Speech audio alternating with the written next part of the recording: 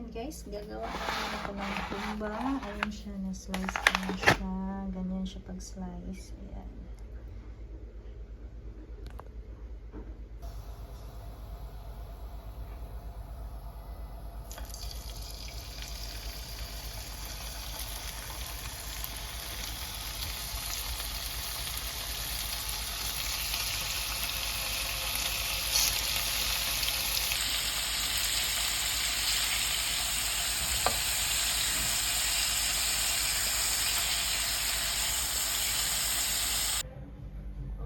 Ayan na siya guys. Natimplahan ko na siya.